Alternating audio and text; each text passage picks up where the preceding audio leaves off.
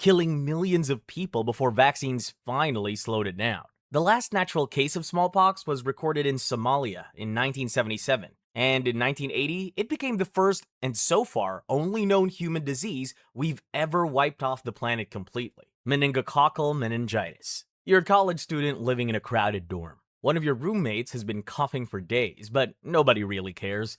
Everybody still shares drinks, squeezes together on the same couch, and keeps hanging out inside the same cramped room every night. A few days later, tiny droplets from those coughs are already entering your body every time you breathe. Inside them is a bacteria called Neisseria meningitidis, the cause of meningococcal meningitis. After quietly multiplying in the back of your throat, the infection starts spreading deeper into your body. Then one morning, you wake up with a pounding headache. You get a high fever. Your whole body feels sore and heavy, and you keep throwing up into the sink. But at this stage, you just assume some random flu is going around campus again. So you take medicine, drink water, turn the lights off, and try going back to sleep. But instead of fading, the pain keeps tightening around your skull harder and harder. By then, the bacteria have already entered your bloodstream and reached the fluid surrounding your brain and spinal cord. And once they get there, they multiply insanely fast. The fluid around the brain has very few immune defenses,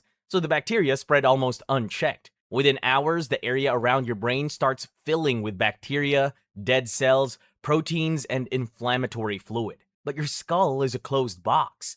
There's nowhere for all that extra fluid and swelling to go. At first, it feels like the worst headache of your life. Like every heartbeat sends another wave of pain through your skull. Then your neck starts becoming stiff too, until even turning your head hurts. After that, even the light in the room starts feeling unbearable. Your phone screen feels like a flashbang.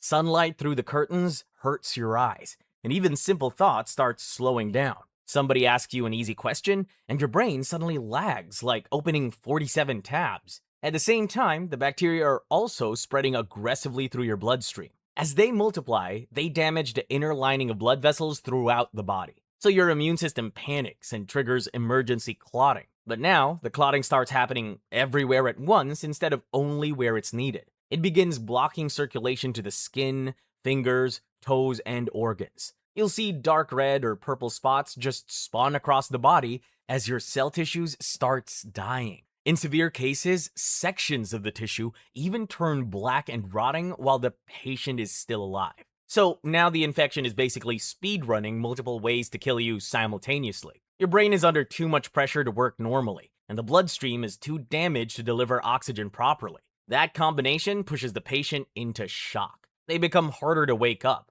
Their blood pressure drops.